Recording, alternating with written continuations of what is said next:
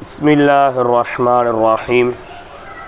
ஸலாத்து வஸ்ஸலாமு அலா ரசூலில்லாஹ் வ அலா ஆலிஹி ஹிஸ்பில்லாஹ் வ அஸ்ஹாபிஹி ஜுந்தில்லாஹ் வ பஅத்.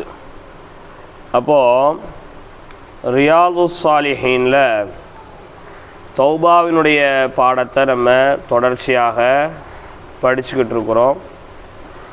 அதில் காலையில் நம்ம படிக்கும்போது அல்லாஹ் ரப்புல் ஆலமீன் எந்த அமலை கொண்டு சந்தோஷம் அடைகின்றான் என்பதை குறித்து நபி ஸல்லல்லாஹு அலைஹி வஸல்லம் அவர்கள் சொல்லக்கூடிய ஒரு ஹதீஸை நம்ம படிச்சிருந்தோம் இல்லையா? மனிதனுடைய எந்த செயலை கொண்டு அல்லாஹ் சந்தோஷம் அடைகின்றான் என்பதை நபி ஸல்லல்லாஹு அலைஹி வஸல்லம் அவர்கள் சொல்ல செய்திய அனஸ் இப்னு மாலிக் ரலியல்லாஹு தஆலா அன்ஹு அவங்க சொன்னாங்க. என்ன அப்படின்னா, அல்லாஹு தஆலா ஒரு அடியான் அவன் செய்த பாவத்திற்காக அல்லாஹ்விடம் பாவ மன்னிப்பு தேடும் அந்த சமயத்தில் அல்லாஹ் ரப்புல் ஆலமீன் அளவு கடந்த சந்தோஷப்படுகின்றான். இப்போ அளவு கடந்த சந்தோஷப்படுறான் அப்படின்னு சொன்னால் அதை விவரிக்கணும், அதை சஹாபாக்களுக்கு விளக்கி சொல்லணும். அப்படி விளக்கி சொன்னாதான் அந்த சந்தோஷத்தினுடைய உச்சகட்டம் என்பது எப்படி இருக்கும் அப்படிங்கிறத நம்மளால் என்ன செய்ய முடியும், உணர முடியும். ரசூலுல்லாஹ் ரொம்ப அழகாக சொன்னாங்க. முதல்ல ரசூலுல்லாஹ் சொன்னதை சொல்லிவிட்டு நம்ம காலத்தில் அது எப்படி இருக்கும் அப்படிங்கிறத நான் உங்களுக்கு சொல்கிறேன். புரியுதுங்களா? ரசூல் ஸல்லல்லாஹு அலைஹி வஸல்லம் சொன்னாங்க, அருமை தோழர்களே, உங்களில் ஒருவர் ஒரு பொட்டல் பூமியிலே பயணிக்கின்றார். பொட்டல் பூமின்னு சொன்னால் அந்த பூமியில் அந்த பாதையில் தண்ணீர்கள் கிடைக்காது, உணவு கிடைக்காது, செடி கொடி தாவரங்கள் அதிகமாக காணப்படாது, மனிதர்களுடைய நடமாட்டமும் எதுவும் இருக்காது. அப்படிப்பட்ட ஒரு பூமிக்கு தான் பொட்டல் பூமி அப்படின்னு என்ன செய்யப்படும், சொல்லப்படும். உங்களில் ஒரு மனிதர் தனிமையில் ஒரு பொட்டல் பூமியிலே பயணிக்கின்றார். அவர் பயணத்தில் இருந்து கொண்டே இருக்கும்போது திடீரென அவருடைய வாகனம் காணாமல் போனது. காணாமல் போன அந்த வாகனத்தில்தான் அவருடைய உணவு, அவருடைய உடை, அவருடைய நீர், அவருக்கு தேவையான அனைத்து பொருட்களும் அந்த வாகனத்தில்தான் இருந்தது. அந்த வாகனத்தை தேடி அவர் அங்கும் இங்குமாக அலைகின்றார். அந்த வாகனத்தை தேடி பார்ப்பதிலே உச்சகட்ட முயற்சி அடைந்து அவர் சோர்வடைந்து களைப்பாகி ஒரு மரத்தினுடைய நிழலில் அவர் ஓய்வு பெறுகின்றார். இனி அந்த ஒட்டகம் நம் வாழ்க்கையில் கிடைக்காது, நம்ம வாழ்க்கை அவ்வளோதான், முடிஞ்சு போச்சு, இந்த பொட்டல் பூமியிலேயே கடைசி வரையும் நம்ம சுற்றி திரிஞ்சு ஒன்றுக்கும் வழி இல்லாமல், தண்ணி இல்லாமல், உணவு இல்லாமல், உடுமாத்துக்கு உடை இல்லாமல் இங்கேயே நம்ம மரணிச்சு போயிடுவோங்கிற அளவுக்கு மனம் சோர்வடைந்து மனசில் நம்பிக்கையும் இழந்து அந்த மனிதர் படுத்து உறங்கிறார். இப்படி உறங்கி அந்த மனிதர் திடீரென எழுந்து பார்க்கும்போது அவருடைய அந்த வாகனம் தண்ணீரோடு, உணவோடு, உடையோடு நின்றால் அவர் அந்த வாகனத்தை பிடிக்கும்போது எந்த அளவிற்கு சந்தோஷத்தோடு பிடிப்பாரோ அதை விட அல்லாஹ் சந்தோஷப்படுறான். அதை விட அல்லாஹ் என்ன செய்கிறான், சந்தோஷப்படுறான். இப்போ நம்ம எல்லாம் அப்படியே கொஞ்சம் கற்பனை பண்ணி பார்ப்போம். நம்ம எல்லாரும் என்ன செய்கிறோம் அப்படின்னு சொன்னால், ஒவ்வொருத்தவங்களும் தனித்தனியாக ஒரு ஆட்டோவில் இங்கே இருந்து ரொம்ப தூரமான ஒரு ஊருக்கு, இங்கேருந்து என்ன செய்கிறோம், ரொம்ப தூரமான ஒரு ஊருக்கு, ஒரு உதாரணத்துக்கு இங்கேருந்து என்ன செய்கிறோம், எந்த ஊர் சொல்கிறது, புளியங்குடியெலாம் கொஞ்சம் பக்கமானது தான். இங்கேருந்து ஒரு கேரளாவுக்கு போகிறோம். நல்ல ஊர். இங்கேருந்து எங்கே போகிறோம், கேரளாவுக்கு போகிறோம். இப்படி கேரளாவுக்கு போய்கிட்டே இருக்கும்போது நடு மலையில் ஏறும்போது நடு காட்டில் வச்சு வண்டி என்ன செஞ்சிருது, பஞ்சர் ஆயிடுது. வண்டி என்ன செஞ்சிருது, பஞ்சர் ஆயிடுது. அல்லது பெட்ரோல் இல்லாமல் நடு சாமத்தில் நின்று போச்சு. இப்போ நின்று போனால் நமக்கு எவ்வளோ பயமாக இருக்கும். எவ்வளோ பயமாக இருக்கும்? ரொம்ப பயமாக இருக்கும். ஐயோ என்ன செய்ய போகிறோம்னே தெரியலையே, விடிய விடிய எப்படியே நிற்கவா, காட்டில் இருந்து யானை கீழே எதுவும் இறங்கி வந்துருமோ, கேரளா இருந்து யானை நடக்கிற அதிகமாக யானை நடமாட்டம் இருக்கிற பகுதி, யானை கீழே இறங்கி வந்துருமோ, அல்லது வேறு யாரும் வந்து நம்மளை அடிச்சிருவாங்களோ, நம்மள்ட்ட இருக்கிற பணத்தை பிடுங்கிட்டு போயிடுவாங்களோ, அல்லது வேறு ஏதாவது நமக்கு விபரீதமாக ஆயிருமோ அப்படின்னு சொல்லி நம்ம பயந்துக்கிட்டே இருப்போம். அப்படி தானே? இப்படி பயந்துக்கிட்டு இருக்கும்போது திடீர்னு நமக்கு தெரிஞ்ச ஒரு ஆள் வந்து வண்டி இங்கேயே நிற்கட்டும் வாங்க நம்ம போகலான்னு சொன்னால் நமக்கு எவ்வளோ சந்தோஷமாக இருக்கும்? ரொம்ப சந்தோஷமாக இருக்கும். அந்த சந்தோஷத்தை என்ன செய்ய முடியாது, அந்த ஆள்கிட்ட சொல்லுவோம், ஏங்க நீங்கள் வரலன்னா நான் இங்கேயே மௌத்தா போயிருப்பேன், அல்லாவா பார்த்து உங்களை அனுப்பிட்டான், ஏப்பா எவ்வளோ பெரிய கவலையில் நான் இருந்தேன் அப்படின்னு சொல்லி என்ன செய்வோம், நீங்கள் 100 வருஷத்துக்கு நல்லா இருக்கணும் அப்படி இப்படின்னு அவர் என்ன செய்வோம், புகழ்ந்து சொல்லுவோம். அப்போ அந்த சந்தோஷம் இருக்குல்ல, இந்த சந்தோஷத்தை விட, நம்ம படுற இந்த சந்தோஷத்தை விட நம்ம தௌபா செஞ்சால் யார் சந்தோஷப்படுறா? அல்லாஹ். அப்புறம் ரசூலுல்லாஹ் என்ன சொல்கிறாங்கன்னா, நம்ம எல்லாம் அல்லாஹ்வினுடைய ஒரு வாகனம் மாதிரி. உதாரணத்துக்கு வச்சுக்குவோம், இப்போ புரியுதுங்களா? நம்மளை அல்லாஹ் வந்து நீ இப்படி தான் போகணும், இந்த இடத்துல நீ இப்படி தான் இருக்கணும், இந்த முறையில் தான் நீ சாப்பிட்ணும், இந்த முறையில் தான் நீ வாழணும், இந்த முறையில் தான் நீ பேசணும், நம்ம வாகனம் மாதிரி தான் நம்ம அப்படி தானே வச்சுருப்போம். இப்படி தான் வாழணும், இப்படி தான் இருக்கணும்னு சொல்லி அல்லாஹ் ஒரு கட்டுக்கோப்பில் நம்ம வாழணும் அப்படின்னு சொல்லி அல்லாஹ் விட்டுட்டான். நம்மளும் என்ன செஞ்சோம், கொஞ்ச நாள் அந்த கட்டுக்கோப்பிலேயே வாழ்ந்தோம். திடீர்னு நமக்கு ஆறறிவு வேலை செய்ய ஆரம்பித்து, எல்லாத்தையும் ஆராய்ச்சி செய்ய ஆரம்பித்து, இதெல்லாம் இப்படியெல்லாம் வாழ முடியாது, அதெல்லாம் அப்படியெல்லாம் வாழ முடியாதுன்னு சொல்லி அந்த வாகனம் காணா போன மாதிரி நம்ம இஸ்லாத்தை விட்டு காணா போயிடுறோம். நம்ம எதை விட்டு காணா போயிடுறோம்? இஸ்லாத்தை விட்டு நம்ம காணா போயிடுறோம். இப்போ இஸ்லாத்தை விட்டு நம்ம காணா போனதோட அல்லாஹ் கவலைப்படுறான், என்னுடைய அடியான் என்ன ஆனான்னு தெரியலையே, இப்படி இஸ்லாத்துக்கு புறம்பான வேலையை பார்க்குறாங்களே, இப்படி இஸ்லாத்தில் இல்லாதலாம் சொல்கிறாங்களே, செய்கிறாங்களே, இஸ்லாத்தில் இருக்கிற தொழுகையை விட்டுட்டாங்களே, இஸ்லாத்தில் இல்லாத காரியங்கள்லாம் செய்கிறாங்களேன்னு சொல்லி அல்லாஹ் கவலைப்பட்டுக்கிட்டே இருக்கான். அல்லாஹ் எது பட்டுக்கிட்டே இருக்கிறான்? கவலைப்பட்டுக்கிட்டே இருக்கான். இவன் எப்படியாவது திரும்பி வந்துட மாட்டானா, இவன் எப்படியாவது திரும்பி வாழ்ந்துட மாட்டானா, இவனுக்கு ஏதாவது ஒரு நல்ல புத்தி கிடச்சிடாதான்ட்டு அல்லாஹ் கவலைப்பட்டுக்கிட்டே இருக்கும்போது திடீரென அந்த மனிதருக்கு ஒரு நாள் புத்தி வந்து திருந்தணுங்கிற எண்ணம் வந்து ஒழு செய்து தொழுது அல்லாஹ்ட்ட தௌபா செய்யும்போது அல்லாஹ் உச்சகட்ட சந்தோஷம் அடைகிறான். புரியுதா உங்களுக்கு? பரவாயில்லையே, பாத்திமா திருந்திட்டாங்களே, நஃபீஸா திருந்திட்டாங்களே, ஆயிஷா திருந்திட்டாங்களே, அவங்க திருந்திட்டாங்களே, இவங்க திருந்திட்டாங்களே, அல்லாஹ் என்ன செய்கிறான்?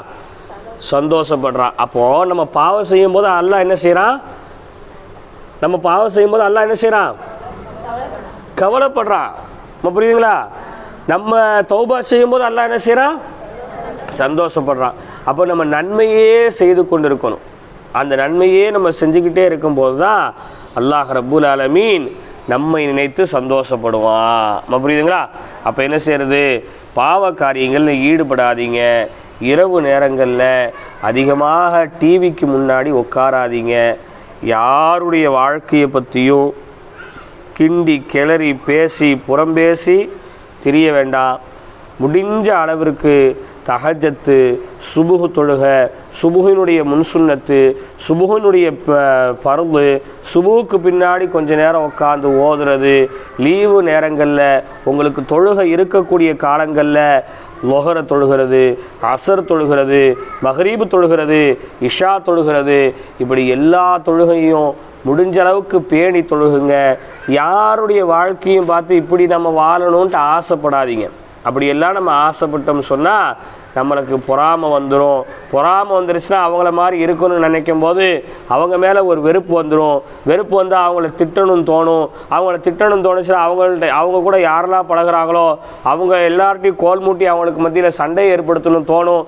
இப்படியே இது அடுத்தடுத்த பாவங்களுக்கு நம்மளை இழுத்து கொண்டே போகும். அப்போ முடிஞ்ச அளவிற்கு மார்க்கம் என்ன சொல்லுதோ அந்த வழிமுறைகளை சரியான முறையில் பின்பற்றி நடக்கணும்.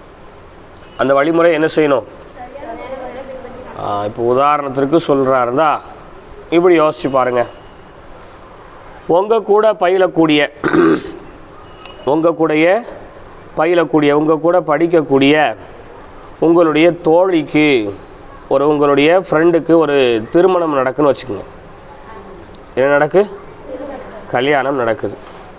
இப்போ கல்யாண வீட்டுக்கு போகக்கூடிய பெண்கள் எப்படி போகணும், மார்க்கம் என்ன சொல்லுது? கல்யாண வீட்டுக்கு போகிறவங்க எப்படிம்மா போகணும்? சொல்லுங்கள். சிரிச்சுக்கிட்டே சொல்லக்கூடாது. நான் உங்கள்கிட்ட ஒரு சீரியஸான ஒரு கொஸ்டின் நான் கேட்குறேன். அப்போ நீங்கள் அதுக்கு கரெக்டான பதில் சொல்லணும். சொல்லுங்கள். சருதா போட்டு, ஃபேஸ் கவர் போட்டு, சால் போட்டால் தானே ஃபேஸ் கவரே போட முடியும். கண்ணியமாக போயிட்டு கண்ணியமாக வரணும். நீங்கள் எந்த வீட்டு திருமணத்திற்கு வேணுமென்றாலும் போகலாம், அதை இஸ்லாம் தடுக்கலை. ஆனால் வெளியே போகும்போது என்ன ஒழுக்க முறையில் போகணும்னு இஸ்லாம் சொல்லுதோ அந்த ஒழுக்க முறைகளை நம்ம பேணணும். நீங்கள் புத்தாடைகள் அணிவதை இஸ்லாம் தடுக்கலை, நல்ல ஆடைகள் அணிவதை இஸ்லாம் தடுக்கலை. ஆனால் அந்த ஆடையை யாரிடத்தில் காட்ட வேண்டுமோ அவர்களிடத்தில் மட்டும்தான் காட்டணும். இப்போ புரியுதுங்களா? இன்றைக்கி திருமண வீடுகளில் நிறைய பெண் பிள்ளைங்க எப்படி வர தொடங்கிட்டாங்க? புர்கா இல்லாமல், தலை நிறைய பூவை வச்சு கொண்டு, புரியுதா அவங்களுக்கு? முகம் நிறைய மேக்கப்புகளை போட்டுக்கொண்டு, நறுமணங்களை பூசிக்கொண்டு இன்றைக்கி திருமணத்தில் பொம்பளை பிள்ளைங்க அங்கிட்டும் இங்கிட்டும் நடக்கக்கூடிய ஒரு கேவலமான ஒரு சூழ்நிலையை நம்ம பார்க்குறோம். நம்ம பார்க்குறோமா இல்லையா? உங்களில் யாரும் அப்படி இருக்க மாட்டீங்க, அது நல்லாவே தெரியும். உலகத்தில் நடக்கிற யதார்த்தத்தை சொல்கிறேன். புரியுதா அவங்களுக்கு? அப்போ இப்படி நம்ம போகிறோமா இல்லையா? இப்படி போகிறாங்களா இல்லையா? இப்படி போகக்கூடிய இந்த நேரத்தில் அல்லாஹ் வருத்தப்படுறான். பெண்களே, உங்களை நான் இப்படியா வாழணும்னு சொன்னேன், இப்படியா இருக்கணும்னு சொன்னேன், ஏன் நீங்கள் இப்படி போயிட்டீங்க? உங்களுக்கு அல்லாஹ் மேலே பயம் இல்லையா? மறுமையை குறித்தான பயம் இல்லையா? நீங்கள் அல்லாஹ்வுக்கு கொஞ்சமாவது கட்டுப்பட்டு நடக்க வேண்டாமான்னு சொல்லி அல்லாஹ் என்ன செய்கிறான்? கவலைப்படுறான். அதே நேரத்தில் அந்த பாவத்தை தொடர்ச்சியாக செய்ய செய்ய அல்லாஹ் நம்ம மேலே என்ன பண்ணுவான்? கோபப்படுவான். அல்லாஹ் நம்ம மேலே என்ன செய்வான்? கோபப்படுவான். அப்போது எல்லாத்துலேயுமே இருக்குது. சாப்பிட்றதா இருக்கட்டும், ஒரு ஆள்கிட்ட பேசுகிறதா இருக்கட்டும், தூங்குறதா இருக்கட்டும், எல்லா விஷயங்களிலுமே மார்க்கம் நமக்கு எதை சொல்லித்தருதோ அதன் பிரகாரம் நம்ம நடக்கிறதுக்கு என்ன செய்கிறது? முயற்சி செய்கிறது. புரியுதுங்களா? அப்போது அந்த ஹதீஸை காலையில் 15வது ஹதீஸை பார்த்துருந்தோம். அதே போல் தௌபாவினுடைய வாசல் எப்போ மூடப்படுது அப்படிங்கிறதுக்கு ஒரு ஹதீஸை படிக்கும்போது நபி ஸல்லல்லாஹு அலைஹி வஸல்லம் அவங்க சொல்லக்கூடிய செய்தியை அபுல் மூசா அஷ்அரி ரலியல்லாஹு தஆலா அன்ஹு அவங்க அறிவிக்கிறாங்க. நபி ஸல்லல்லாஹு அலைஹி வஸல்லம் அவங்க சொன்னாங்க, அல்லாஹ் ரப்புல் ஆலமீன் பகலில் தன் கையை நீட்டியவனாக இருக்கின்றான். எதற்காக நீட்டியவனாக இருக்கிறான் தெரியுமா? இரவிலே பாவத்தில் மூழ்கிய தன்னுடைய அடியார்கள் தௌபா செய்தால் அந்த தௌபாவை வாங்கிக் கொள்வதற்கு அல்லாஹ் கையை நீட்டியவாறு இருக்கின்றான். அதே போன்று அல்லாஹ் இரவிலே கையை நீட்டியவனாக இருக்கின்றான். எதற்கு தெரியுமா? பகலிலே பாவம் செய்தவர்கள் இரவிலே தௌபா செய்தால் அந்த தௌபாவை வாங்கிக் கொள்வதற்கு அல்லாஹ் கையை நீட்டியவனாக இருக்கின்றான். இப்படியே இரவிலும் பகலிலும் பகலிலும் இரவிலும் அல்லாஹ் கையை நீட்டிக்கொண்டே இருக்கின்றான். இப்படி நீட்டிக்கொண்டே இருக்கக்கூடிய இந்த நிகழ்வு எதுவரை நடக்கும் என்றால் ஹத்தா தத்துலு அஷம்சு மின் மக்ரிபிஹா, சூரியன் மேற்கிலிருந்து உதயமாகும் வரை, அதாவது கியாமத்து நாள் வரை அல்லாஹ் இப்படியே அடியார்களுடைய தௌபாவை ஏற்றுக்கொள்வதற்காக கரங்களை நீட்டிக்கொண்டே இருப்பான் என்பதை 16வது ஹதீஸாக படித்தோம். இந்த ஹதீஸ் முஸ்லீமில் இருக்குது, அப்படி தானே? அடுத்து அதே மாதிரி வரக்கூடிய 17வது ஹதீஸ் என்ன அப்படின்னு சொன்னால், அல்லாஹ் ரப்புல் ஆலமீன் ஒரு அடியானுடைய தௌபாவை ஏற்றுக்கொண்டே இருக்கின்றான். எதுவரையிலும் அல்லாஹ் ஏற்றுக்கொண்டிருக்கின்றான்? சூரியன் மேற்கிலிருந்து உதயமாகும் வரையிலும் அல்லாஹ் தஆலா ஒரு அடிமையினுடைய தௌபாவை ஏற்றுக்கொள்கிறான்ங்கிறத 17வது ஹதீஸாக படித்தோம். அதை அபூ ஹுரைரா ரலியல்லாஹு அன்ஹு அறிவித்தாங்க. இப்போ படிக்க போகிறது 18வது ஹதீஸு, ரொம்ப முக்கியமான ஹதீஸ். 18வது ஹதீஸு ரொம்ப முக்கியமான ஹதீஸு, நல்லா கவனிங்க. பாவி தன் பாவங்களுக்கு எதுவரை தௌபா செய்யலாம்? ஒரு பாவம் செய்யக்கூடிய பாவி இருக்கானா இல்லையா? பாவம் அப்படின்னு சொன்னால் என்ன அப்படின்னா, இஸ்லாம் சொன்னதற்கு முரணாக நடப்பது எல்லாம் பாவம் தான். இஸ்லாம் சொன்னதற்கு எல்லாம் பாவமே. உதாரணத்திற்கு ரொம்ப இலகுவாக நீங்கள் விளங்கி கொள்ளுங்கள். இஸ்லாம் அமர்ந்து தண்ணி குடியுங்கள் என்று நமக்கு போதிக்கிறது. அமர்வதற்கான சூழல் இருந்து, அமர்ந்து குடிப்பதற்கான உடல் ஆரோக்கியம் இருந்தால் நீங்கள் என்ன செஞ்சே ஆகணும்? அமர்ந்து குடிக்க வேண்டும். அதே நேரத்தில் 3 மிடராக நீங்கள் குடியுங்கள். இஸ்லாம் என்ன சொல்லுது? 3 மிடராக நீங்கள் குடியுங்கள். தண்ணீரை குடிக்கும் போது தண்ணீரை பாருங்கள். தண்ணீர் குடிக்கும் போது பிஸ்மி சொல்லுங்கள். தண்ணீர் குடித்து முடித்தவுடன் அல்ஹம்து சொல்லுங்கள் என்று இஸ்லாம் சொல்லுது. புரியுதுங்களா? இப்போ இதன் பிரகாரம் ஒரு ஆள் உட்கார்ந்து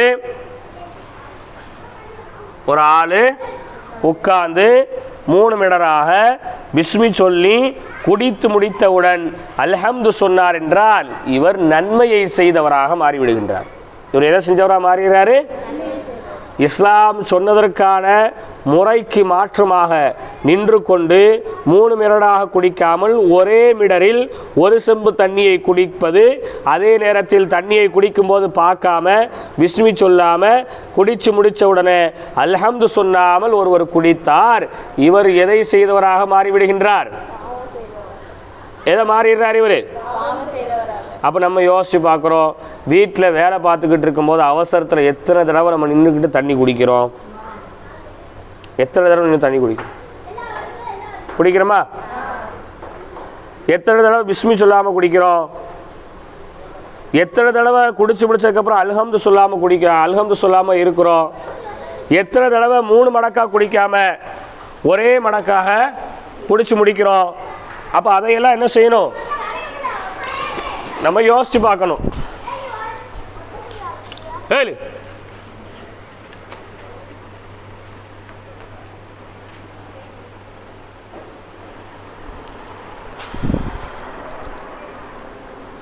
அப்போ அதையெல்லாம் என்ன செய்யணும்? எல்லாமே எதுவாக மாறிடும், பாவமாக மாறிடும். புரியுதுங்களா? இஸ்லாம் எதையெல்லாம் சொல்லுதோ அது எல்லாம் செய்யும்போது அது நமக்கு நன்மையாக மாறும். இஸ்லாம் எதையெல்லாம் சொல்லுதோ அதையெல்லாம் செய்யாமல் நாம் தவறும் போது அது நமக்கு பாவமாக. அதே நேரத்தில் ஒரு ஆளுக்கு நிற்கிறதுக்கு முடியலை, உட்கார்றதுக்கு முடியல. எதுக்கு முடியல? உட்கார்றதுக்கு முடியலை. அவருக்கு நின்னாதான் முடியும். சில பேருக்கு கால் வளைஞ்சிரும். அவங்களுக்கு உட்காந்து எஞ்சி உட்காரு அப்படிலாம் இல்லை, நின்றுக்கிட்டே இருக்கணும், நின்றுக்கிட்டே இருப்பாங்க. புரியுதுங்களா? நிற்க தான் முடியலை, அவருக்கு உட்கார முடியலை, நிற்க தான் முடியும் அப்படிங்கிற மாதிரி இருந்தால் அது வேறு. ஒரு அவசரத்துக்கு வெளியே போகிறோம், அந்த இடங்களில் உட்கார்றதுக்கான எந்த சூழலுமே இல்லை, ஒரு நின்று தான் குடிக்கணுங்கிற ஒரு நிர்பந்தம் இருந்தால் அதை மார்க்கம் அனுமதிக்குது. ஒரு நிர்பந்தம், ஒரு இக்கட்டான சூழ்நிலை, ஒரு கட்டாயமான ஒரு சூழ்நிலை, உட்காரவே முடியாது அப்படின்ட்டு ஒரு நிர்பந்தம் இருந்தால் அதற்கு மார்க்கம் அனுமதி கொடுக்குது. அப்போ நிர்பந்தம் இல்லாமல், தங்கடமான ஒரு சூழ்நிலை இல்லாமல் இஸ்லாம் சொல்லக்கூடிய ஒவ்வொரு செயலை நம்ம விட்டால் அது பாவம்தான். அது எல்லாத்தையும் சேரும். அது எல்லாத்தையும் என்ன செய்யும்? சேரும். புரியுதுங்களா? பாருங்க, அப்படி பாவத்திலேயே வாழ்ந்தவங்க, பாவத்திலே வாழ்கிறாங்கல்ல, தொழுகை நடக்கும்போது கூட பேசிக்கிட்டே இருக்கிறாங்க.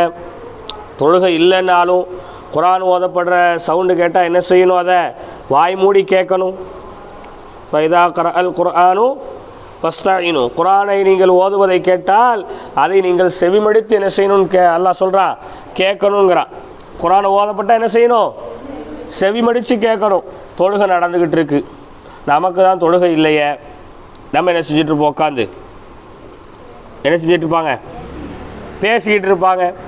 பேசிக்கிட்டு இருந்தது கூட பரவாயில்ல, சண்டை போடுவாங்க, சண்டை போட்டால் கூட பரவாயில்ல, கெட்ட வார்த்தைகள் சொல்லி பேசுவாங்க. அப்போ இதெல்லாம் என்னதுங்க? இதெல்லாம் என்னது? பாவம். பாங்கு சொல்லும்போது ரசூல்லா சொன்னாங்க, யார் பாங்குக்கு பதில் பாங்கு சொல்வாரோ, யார் பாங்குடைய துஆவை ஓதுவாரோ, நாளை மறுமை நாளில் நான் நிச்சயமாக அவருக்கு பரிந்துரை செய்வேன். அது ஆணாக இருந்தாலும் சரி, பெண்ணாக இருந்தாலும் சரி. பாங்குக்கு இன்றைக்கி பதில் பாங்கு சொல்கிறோமா? நம்ம அப்பா தானே சொல்தா, மொய்னார் அப்பா தானே சொல்தா, சொன்னா என்ன, அசத் சொன்னா என்ன, பாங்குக்கு பதில் சொல்கிறோமா? அல்லாஹ் அக்பர் அல்லாஹ் அக்பர்னு அவங்க சொன்னால் பதிலுக்கு நம்மளும் அல்லாஹ் அக்பர் சொல்லணும். அவங்க அஷ்ஹது லா இலாஹ இல்லல்லானா நம்மளும் அஷ்ஹது லா இலாஹ இல்லல்லான்னு சொல்லணும். அஷ்ஹது அன்ன முஹம்மதர் ரசூலுல்லாஹ், அஷ்ஹது அன்ன முஹம்மது ரசூலுல்லாஹ். அவங்க ஹய்யால ஸலான்னு சொன்னால் நம்ம லா ஹவ்ல வலா குவத்த இல்லா பில்லா.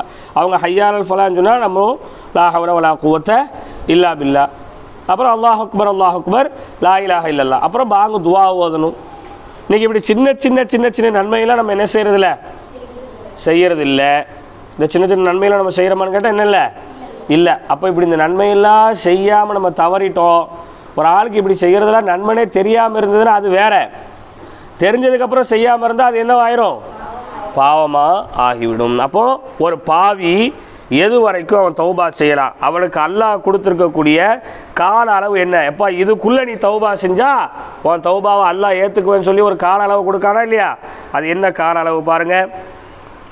பன் அபி அப்துர் ரஹ்மான் அப்துல்லா இப்னு உமர் இப்னுல் கத்தாபி ரலியல்லாஹு அன்ஹுமா அனின் நபி ஸல்லல்லாஹு அலைஹி வஸல்லம் قال إن الله عز وجل يقبل توبة العبد ما لم يغرغر رواه الترمذي وقال حديث حسن. سيدنا உமர் ரலியல்லாஹு தஆலா அன்ஹு அவர்கள் அறிவிக்கக்கூடிய ஹதீஸ் திருமதியில் பதிவு செய்யப்படுகிறது.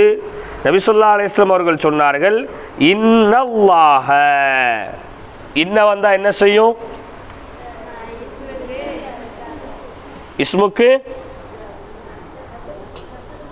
இஸ்முக்கு நஸபு செய்யும். அடுத்து ஹபருக்கு ரஃபா செய்யும். இஸ்முக்கு நஸபு செய்து ஹபருக்கு ரஃபா செய்யும். என்ன அர்த்தம் கொடுக்கும், நிச்சயமாக. அப்போ இன்னல்லாஹ, நிச்சயமாக அல்லாஹ் ரப்புல் ஆலமீன், அஸ்ஸ உயர்ந்த கண்ணியமான, வ ஜல்ல மாண்புமிக்க அல்லாஹ் ரப்புல் ஆலமீன், யக்பலு ஏற்றுக்கொள்கின்றான், யக்பலு ஏற்றுக்கொள்கின்றான், தௌபத்தல் அபுதி அடிமையினுடைய பாவ மன்னிப்பை ஏற்றுக்கொள்கின்றான், மாலம் யுகர்கிர் அவனுடைய உயிர் தொண்டக்குழியில் ஊசலாடும் அந்த நேரம் வருவதற்கு முன்னால் வரை அல்லாஹ் அவனுடைய தௌபாவை ஏற்றுக்கொள்கின்றான். எது வரைக்கும், நம் உடம்புல நல்ல தெம்பு இருக்கும்போது, நம்ம வேலையை நம்மளே பார்த்து கொண்டு இருக்கும்போது, நல்ல கண்ணு தெரியும் போது, நல்லா காது காக்கும் போது, நல்லா சாப்பிடும்போது, நல்லா உட்காரும் போது, நல்லா நடக்கும்போது, நம்ம செஞ்ச பாவத்துக்கு நம்ம அல்லாட்ட தௌபா செஞ்சுட்டா அல்லாஹ் அந்த தௌபாவை ஏற்றுக்கொள்கிறான்.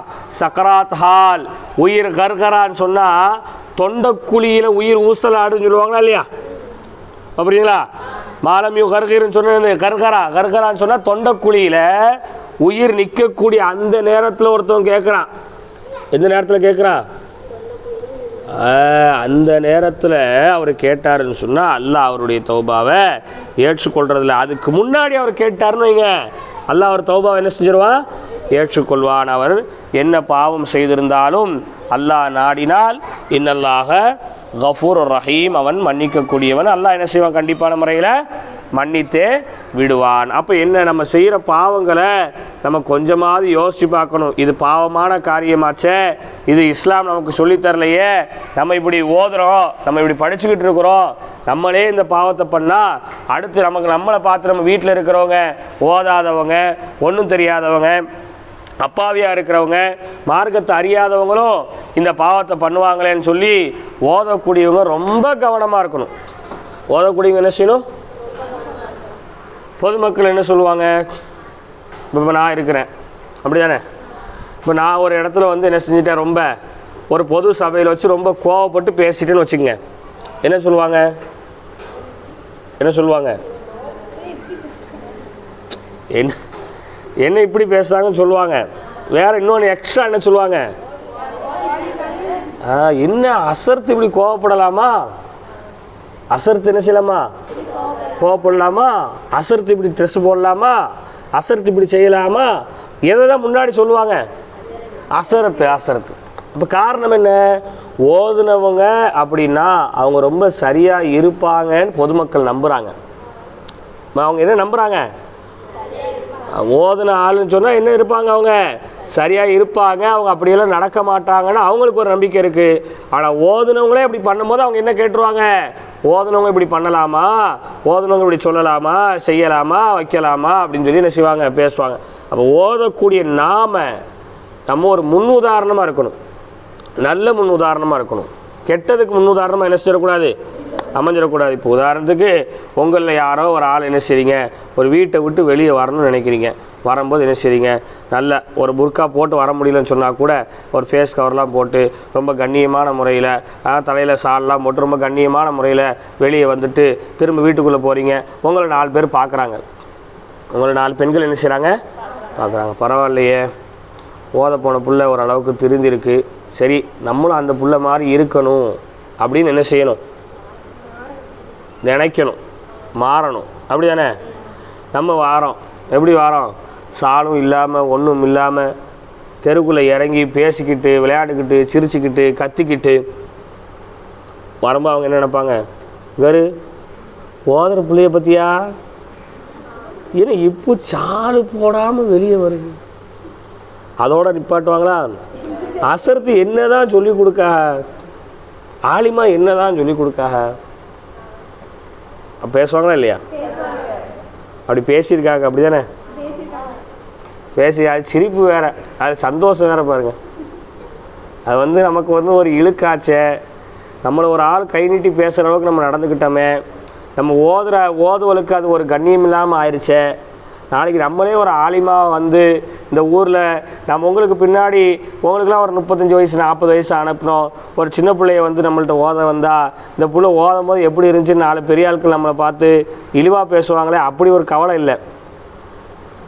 என்னவா இருக்காது, சிரிப்பாக இருக்கு. இப்போ அப்படி இருக்கக்கூடாது. ரசூல்லா என்ன வாழ்க்கை வழிமுறையில் நம்ம வாழ சொன்னாங்களோ அந்த வாழ்க்கை வழிமுறையில் என்ன செய்யணும், வாழணும். அது நமக்கு விருப்பம் இல்லைனாலும், நமக்கு அது விரும்பாது, சில பேருக்கு அது என்ன செய்யாது, விரும்பாது. அது நமக்கு விருப்பம் இல்லைனாலும் அதை விரும்பி வாழ்கிறதுக்கு நம்ம முயற்சிக்கணும். இப்படி வாழ்ந்தால் தான் நமக்கு சொர்க்கம் இருக்குது, நமக்கு நன்மை இருக்குது, அல்லாஹ்வுடைய பொருத்தம் இருக்குன்னா அல்லாஹ்வுடைய பொருத்தத்தை பெறுவதற்காக இந்த உலகத்தில் எதை வேணாலும் இழக்க நம்ம தயாராக இருக்கணும். இப்போ புரியுதா உங்களுக்கு?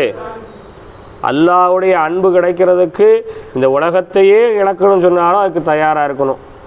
அன்னை ஆயிஷா நாயகி மாதிரி, ஃபாத்திமா நாயகி மாதிரி, ஹத்தீஜா நாயகி மாதிரி என்ன செய்யணும், இருக்கணும். நம்ம பாட்டுக்கு நம்மளாவே இருந்துக்கிட்டு இருக்கக்கூடாது. நம்ம புரியுதா உங்களுக்கு? ஓதக்கூடிய நீங்கள் என்ன செய்யணும், செயலளவில் மாற முயற்சி பண்ணுங்க. சரி, பாருங்கள் அடுத்த ஹதீஸை பாருங்கள். அடுத்த ஹதீஸ் ரொம்ப ஒரு பெரிய ஹதீஸு. இந்த ஹதீஸில் 3 செய்திகள் சொல்லப்படுது. இந்த ஹதீஸில் 3 செய்திகள் சொல்லப்படுகிறது. 3 செய்திகள் என்ன அப்படின்னு சொன்னால், ஒன்று, மார்க்க கல்வியை படிக்கக்கூடியவங்களுடைய முக்கியத்துவத்தையும் அவங்களுக்கான மகத்துவத்தையும் இந்த ஹதீஸில் சொல்லப்படுது. 2வது, ஒரு நபரை நாம் நேசிப்பதை குறித்தான செய்தியை இந்த ஹதீஸில் சொல்லப்படுது. 3வது, தௌபாவினுடைய வாசல் எந்த அளவிற்கு விசாலமானது என்பதை குறித்தும் இந்த ஹதீஸ் என்ன செய்யப்படுது, சொல்லப்படுகிறது.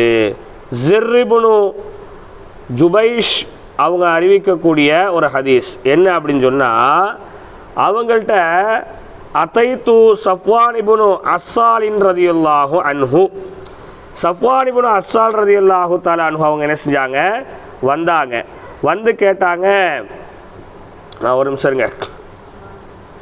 ஜிர்ரிபுனு ஜுபைர் அறிவிக்கிறார்கள், தோளிலான காலுறையின் மீது மசகு செய்வது பற்றி கேட்பதற்காக சஃப்வான் இப்னு அஸ்ஸால் ரதி அவர்களிடம் நான் சென்றேன். யார் அறிவிக்கிறா அப்படின்னு சொன்னால், ஜிர்ரிபுனு ஜுபைஷ் ரதியல்லாஹு இருக்காங்களா இல்லையா, இவங்க சொல்கிறாங்க. என்ன சொல்கிறாங்க அப்படின்னு சொன்னால், அதைத்து நான் சென்றேன். யார்கிட்ட சென்றேன்? சஃப்வான் இப்னு அஸ்ஸால் ரலியல்லாஹு தஆலா அன்ஹு அவங்கள்ட்ட நான் சென்றேன். எதற்கு சென்றேன்னு சொன்னால், அஸ்அலுஹு அனில் மஸ்ஹி அலல் குஃபைனி, 2 காலுறையின் மீது தண்ணீரால் தடவுவதை பற்றி கேட்பதற்காக நான் சென்றேன் அப்படின்னு சொல்லி தொடங்கக்கூடிய ஒரு ஹதீஸ் தான் இந்த ஹதீஸ். என்ன புரியுதுங்களா? யார் போகிறா? ஜிர் ரதியல்லாஹு தஆலா அன்ஹு அவங்க சஃப்வான் இப்னு அஸ்ஸால் ரதியல்லாஹு தஆலா அன்ஹு அவங்கள்ட்ட போகிறாங்க. அவங்க போய் கேட்குறாங்க. எதை பற்றி முதல்ல கேட்குறாங்க அப்படின்னா, இவங்க போனதோட சஃப்வான் ரலியல்லாஹு அன்ஹு கேட்குறாங்க, ஜிர்ரே என்ன விஷயமாக நீங்கள் இங்கே வந்தீங்க அப்படின்னு கேட்குறாங்க. அதுக்கு ஜிர் ரலியல்லாஹு அன்ஹு சொல்கிறாங்க, நான் உங்கள்கிட்ட இருந்து சில மார்க்க கல்வியை தெரிந்து கொள்ளணும் அப்படிங்கிற எண்ணத்தில் நான் உங்கள்கிட்ட வந்தேன் அப்படின்னு சொல்கிறாங்க. இதை கேட்டதோட அவங்க சொன்னாங்க, அப்படியா, நல்ல விஷயமாச்சே. மார்க்க கல்வியை தேடி வருபவர்களுக்கான நன்மை என்ன தெரியுமா? அவர் மார்க்க கல்வியை தேடிக்கிட்டே இருக்கிறதுனால அவருக்கு எந்த பாதிப்பும் வந்துடக்கூடாதுன்னு சொல்லி வழக்குமாறுங்க அவர்கள் மீது ரெக்கையை விரித்து வைக்கின்றார்கள். அப்படி வழக்குமார்களுடைய ரெக்கை விரிக்கப்படுவதின் காரணமாக அவர்களுக்கு எந்த பாதிப்பும் வருவதில்லை அப்படின்னு சொல்லி அவங்க சொன்னாங்க. சொன்னதற்கு பிறகு ஜிர் ரலியல்லாஹு அன்ஹு கேட்டாங்க, அது ஒன்றும் இல்லைங்க, ரொம்ப நாளாக என் மனசுக்குள்ளே ஒரு சந்தேகம் இருந்துச்சு. ரொம்ப நாளாக மனசுக்குள்ளே ஒரு சந்தேகம். என்ன சந்தேகம் அப்படின்னு கேட்டால், காலுக்கு அணையக்கூடிய மோசா இருக்குது.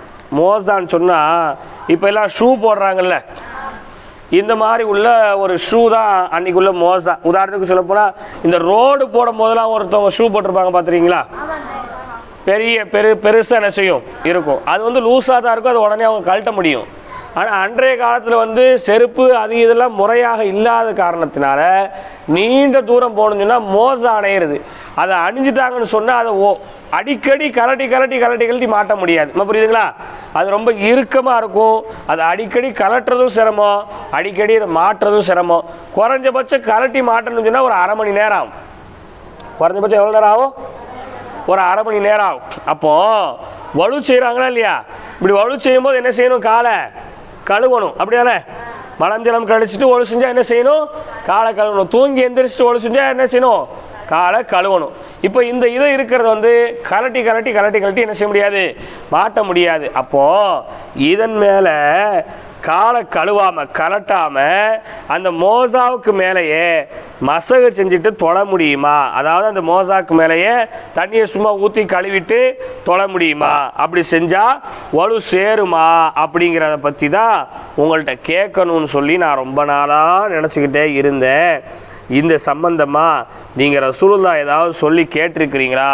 ஏன்னா நீங்கள் ரசூலுல்லாஹ் கூடையே இருந்த ஒரு ஆளாச்சே, எனக்கு ஏதாவது சொல்லுங்களேன் அப்படின்னு சொன்னதோட சஃப்வான் இப்னு அஸ்ஸால் ரலியல்லாஹு அன்ஹு சொன்னாங்க, ஆமாம், இது சம்பந்தமாக எனக்கு ஒரு செய்தி தெரியும்.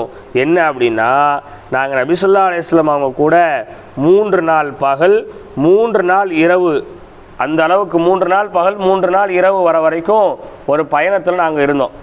இப்போ 3 நாள் பகல் கழிஞ்சு 3 நாள் இரவும் என்ன செஞ்சிருச்சு? கழிஞ்சு போச்சு. அந்த அளவுக்கு நீண்ட ஒரு பயணம், அந்த அளவுக்கு நீண்ட ஒரு பயணத்தில் இருந்தோம். இப்படி நீண்ட பயணத்தில் நாங்கள் இருக்கும்போது இரவு நேரங்களில் நாங்கள் மலம் ஜலம் கழிச்சாலோ அல்லது தூங்கிட்டு ஒழு செய்யணும் நாங்கள் நினச்சாலோ நபி ஸல்லல்லாஹு அலைஹி வஸல்லம் சொன்னாங்க, நீங்கள் அந்த காலுறையை என்ன செய்ய வேண்டாம்? கலட்ட வேண்டாம். அந்த காலுறைக்கு மேலே நீங்கள் என்ன செஞ்சு கொள்ளுங்க?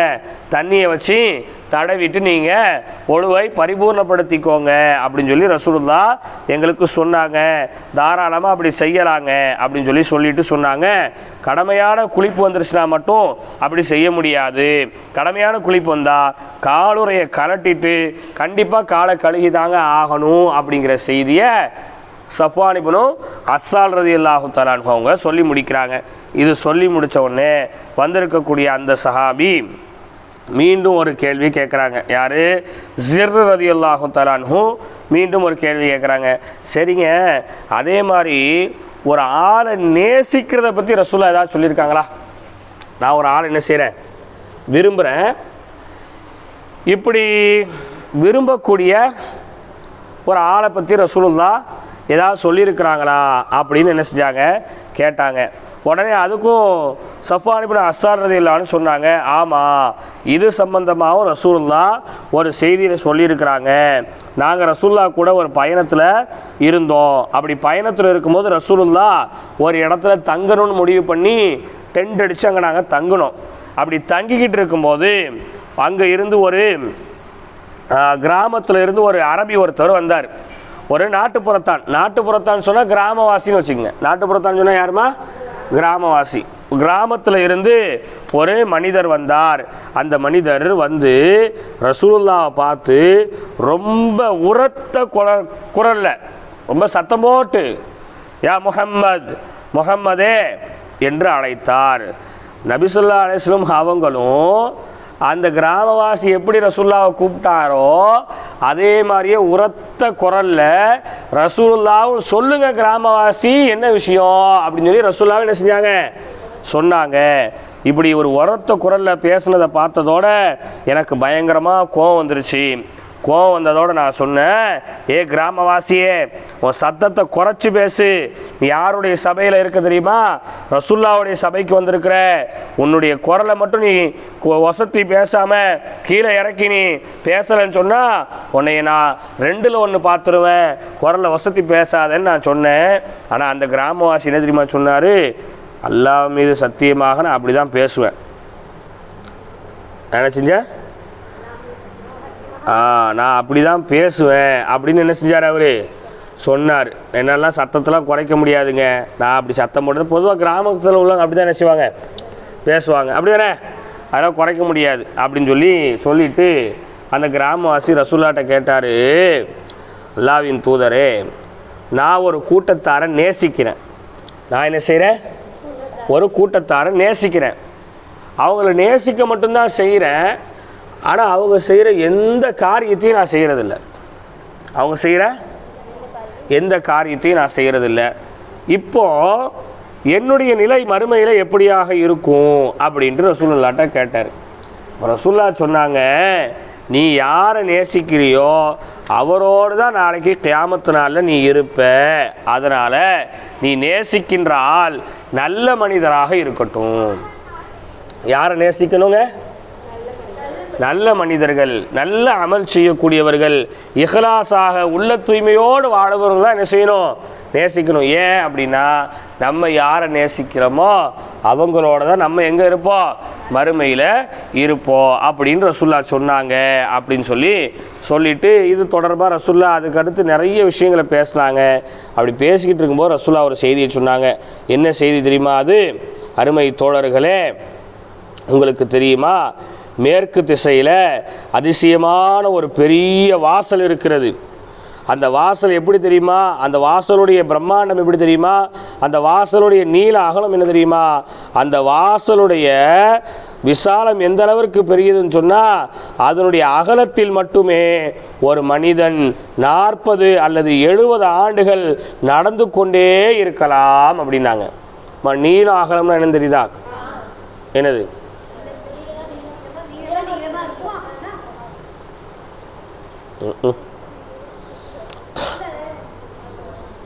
நீளம்னா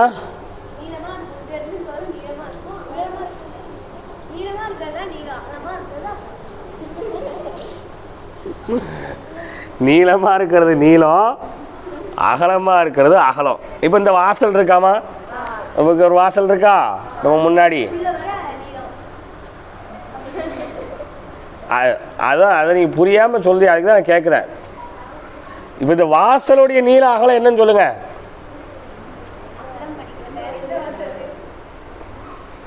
இந்த சால் தொங்கி ஆடிக்கிட்டு இருக்கலாமா இரும்பு கேட்டு, இதில் எது நீளம் எது அகலம்? மேலே இருந்து கீழே வரைக்கும் என்னது நீளம், அகலம் இங்க இருந்து இங்க வரைக்கும் சொல்லக்கூடாது, வலது பக்கத்துல இருந்து இடது பக்கம் வரைக்கும் அல்லது இடது பக்கத்துல இருந்து வலது பக்கம் வரைக்கும் இருக்கிறது அகலம். மேல இருந்து கீழே சொன்னீங்கல்ல, அப்ப இதை மட்டும் இங்க இருந்து இங்க வரைக்கும். அப்போ நீளம்னா என்னங்க, மேல இருந்து கீழே வரைக்கும் இருக்கிறது என்னது நீளம். அகலங்கிறது என்னதுங்க, வலது பக்கத்துல இருந்து இடது பக்கம் வரைக்கும் இருக்கிறது என்னதுங்க அகலம். இப்ப இந்த அகலத்தை நம்ம எவ்வளவு தூரத்துல நடக்க முடியும்? இந்த அகலத்துல நடங்க, அகலத்தில் நடங்கல ஒரு 2 ஸ்டெப்பு வச்சு இந்த அகலம் முடிஞ்சிடும். அப்படிதானே? இந்த வாசலுடைய அகலம் என்னது, ஒரு 2 அடி எடுத்து வச்சா அகலம் முடிஞ்சிடும். நீளம் இந்த கதவை கலட்டி போட்டு நீளமா போட்டோம்னு சொன்னா ஒரு 4 ஸ்டெப்பு 5 ஸ்டெப் வச்சா இதனுடைய நீளம் முடிஞ்சிடும். அப்படிதானே? விளங்கிருச்சா உங்களுக்கு? விளங்கிருச்சா? ரசூலுல்லாஹ் சொன்னாங்க, அந்த வாசலுடைய அகலம் எந்த அளவுக்கு தெரியுமா இருக்கும்?